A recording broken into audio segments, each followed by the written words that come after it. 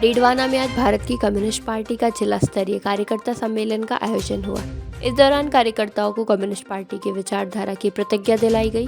साथ ही किसान, मजदूर, छात्र, गरीब और आमजन के हितों के लिए हमेशा संघर्षरत रहने के आह्वान किया गया। कार्यक्रम के दौरान सीकर सांसद अमरा राम ने कार्यकर्ताओं को संबोधित करते हुए केंद्र की मोदी सरकार व प्रदेश की भजनलाल सरकार की नीतियों को आमजन व गरीब विरोधी और पूंजीपतियों के समर्थक करार दिया।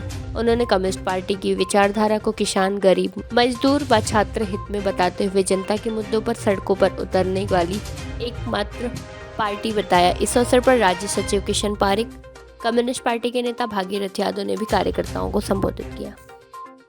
आज देश की जनता के सामने सबसे बड़ा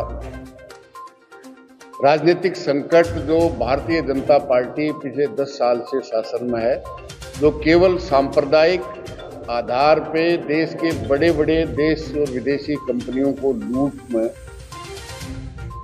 सबसे बड़ा हाथ बटाने का एक भी वायदा, चाहे किसान को भाव की गारंटी का सवाल हो, 2 करोड़ नौकरी देने का सवाल हो, काला धन लाके 100 दिन में 15 लाख हर परिवार को देने का सवाल हो, एक भी वायदा पूरा करने की बजाय केवल और केवल सांप्रदायिक आधार पर लोगों की भावनाओं से खेल करके 2 दफे देश की संसद में पूर्ण मेजोरिटी 30 साल बाद लेके आई।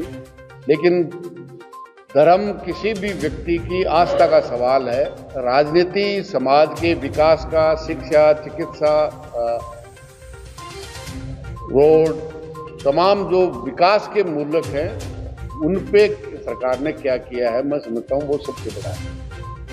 2 करोड़ नौकरी का सवाल तो तमाम सरकारी संसाधन संस्थाएं हैं उनको प्राइवेट कर रहे हैं, तो सरकारी नौकरी का तो वैसे ही सवाल नहीं है।